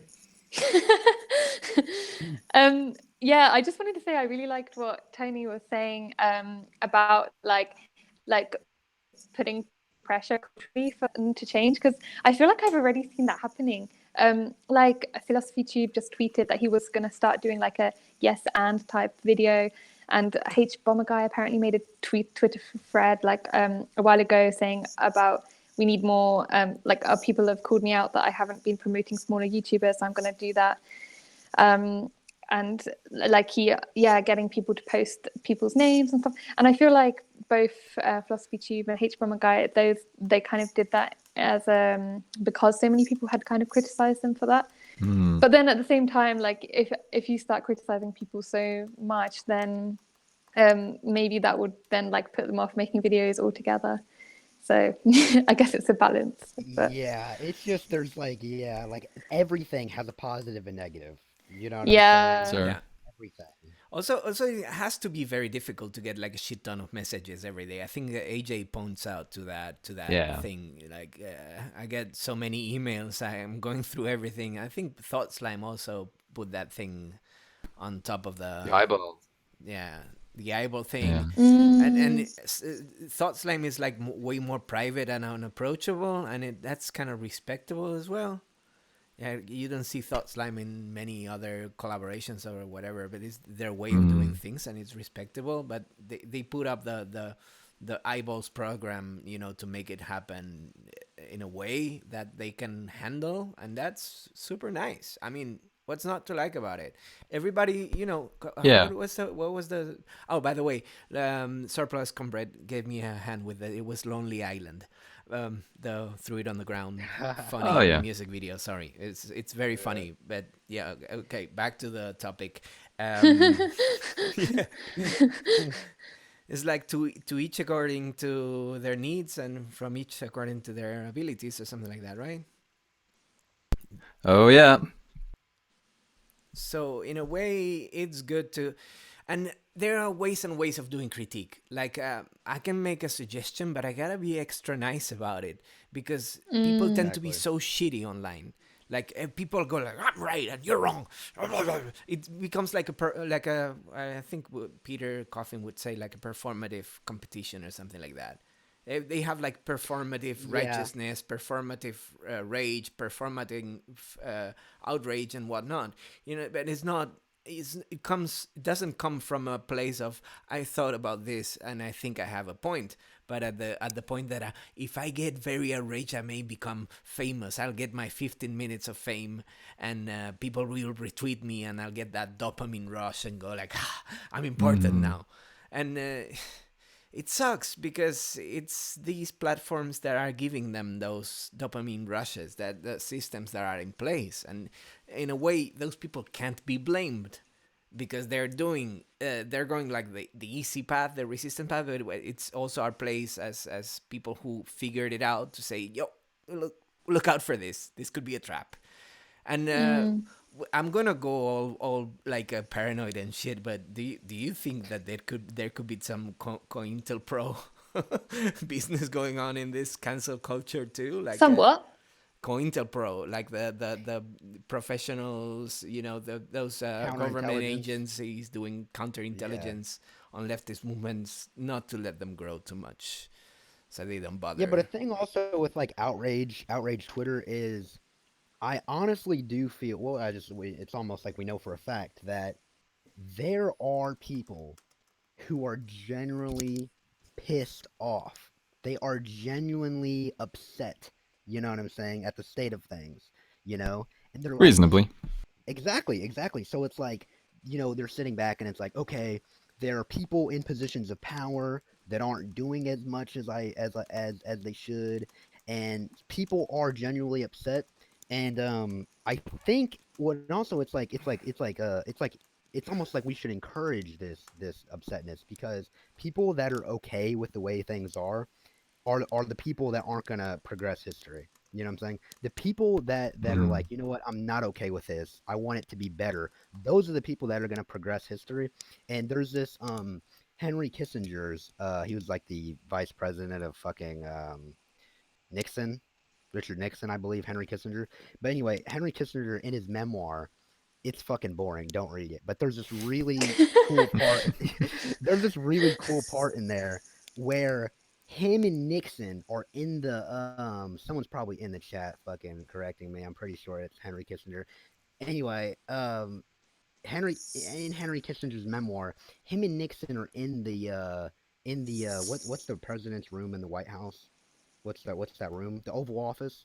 They're in the Oval Office, and Nixon is freaking out because there's riots all around the White House, and Nixon had those city buses literally lined up all around the White House, because he's looking over at Kissinger, and he's like I'm scared that they're gonna get in, that they're gonna bust in, because of how much political, like so many people were upset, and it was such a political outrage. And Chris Hedges, he's like this anti-capitalist journalist, and he was like, "That's where we need to get, um, that's where we need to get back to. Is like the president should literally be scared of for his life because of how pissed off people are. The more okay we are with things, the less progress we're gonna have. So like I encourage this outrage. You know what I'm saying? So if like of course don't be mean to people, I guess. You know what I'm saying? Be nice.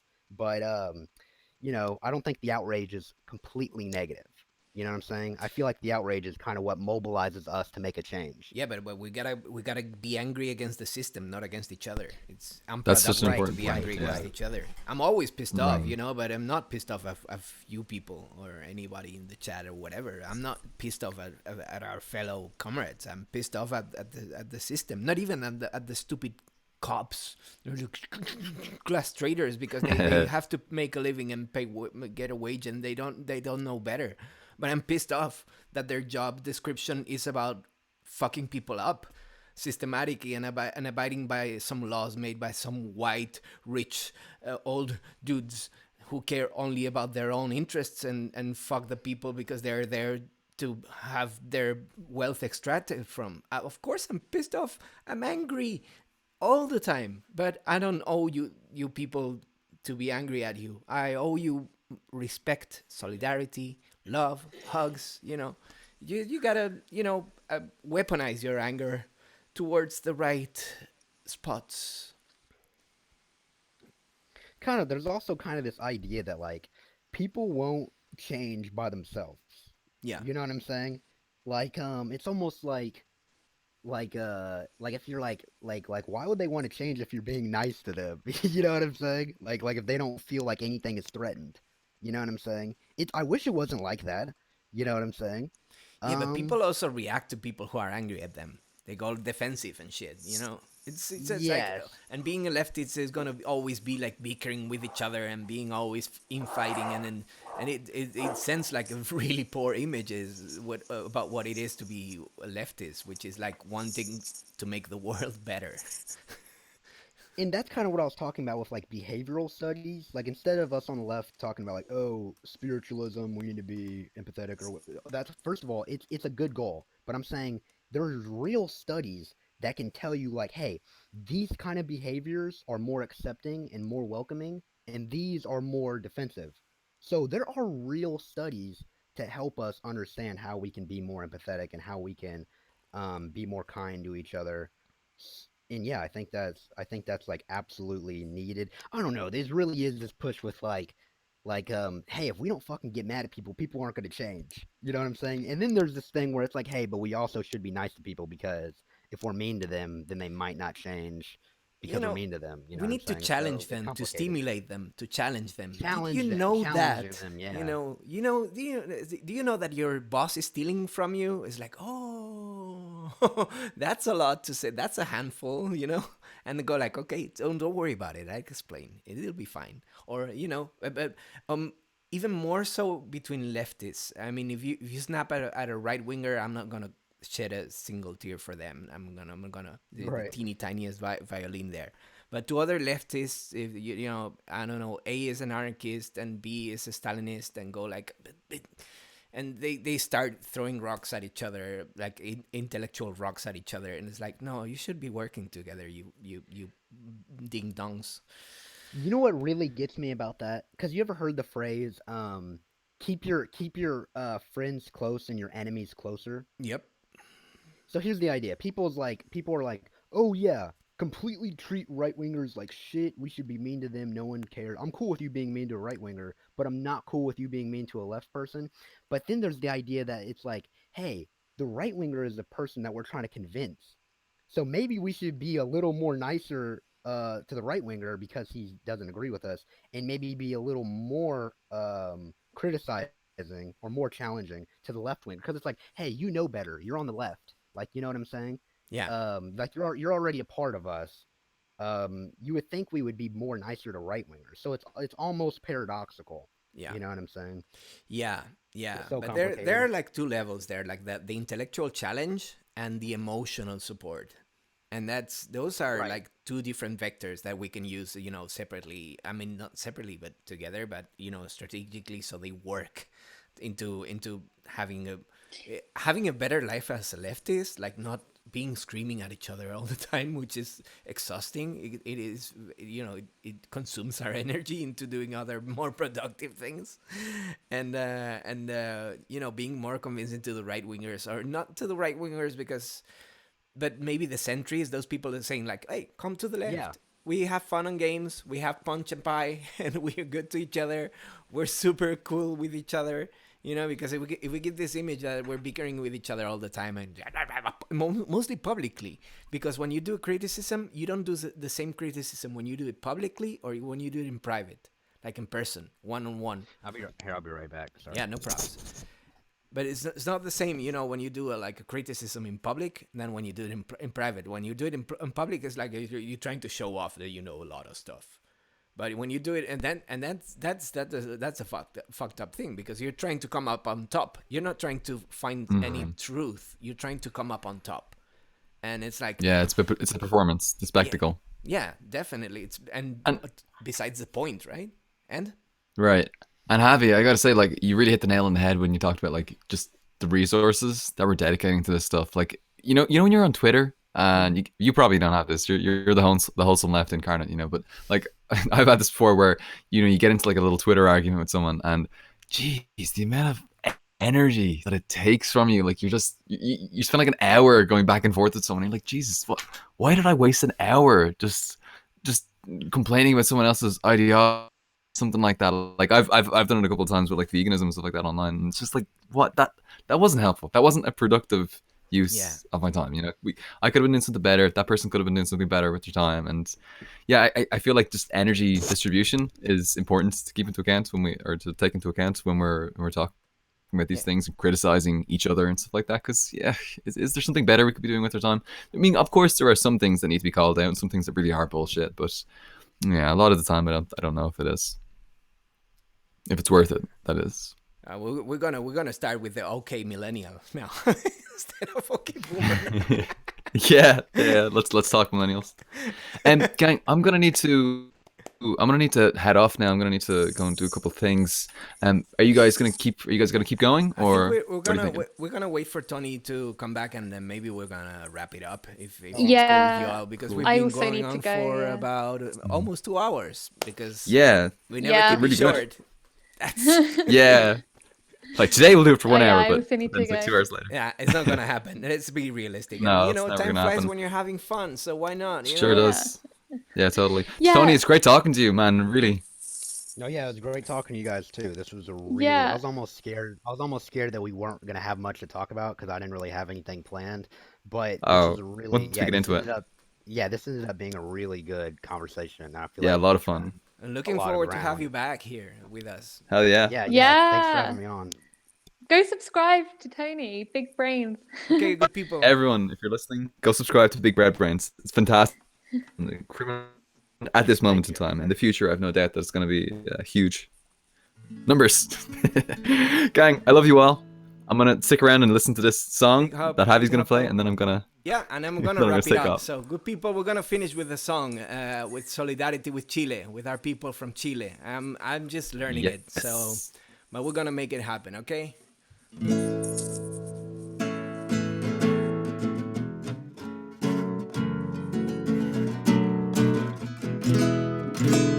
Ok. Ay, policía, qué vida elegiste vos.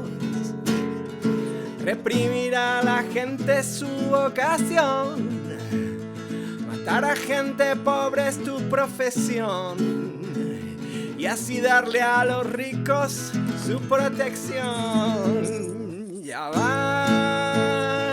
a ver, las balas que nos tiraron van a volver. Ya van a ver, las balas que nos tiraron van a volver. The bullets that they threw at us, they're gonna come back. Solidarity with our people in Chile, with our people in Bolivia, with our people all over the world revolting. Okay, this was the Socialist Sunday stream. Thank you all for coming. Thank you. Mwah. Thank you. Thank you, bye. Thank you, everybody. You rock. Bye, guys. Mwah. Keep up the good work. Keep up the good work, everybody. Good you. job.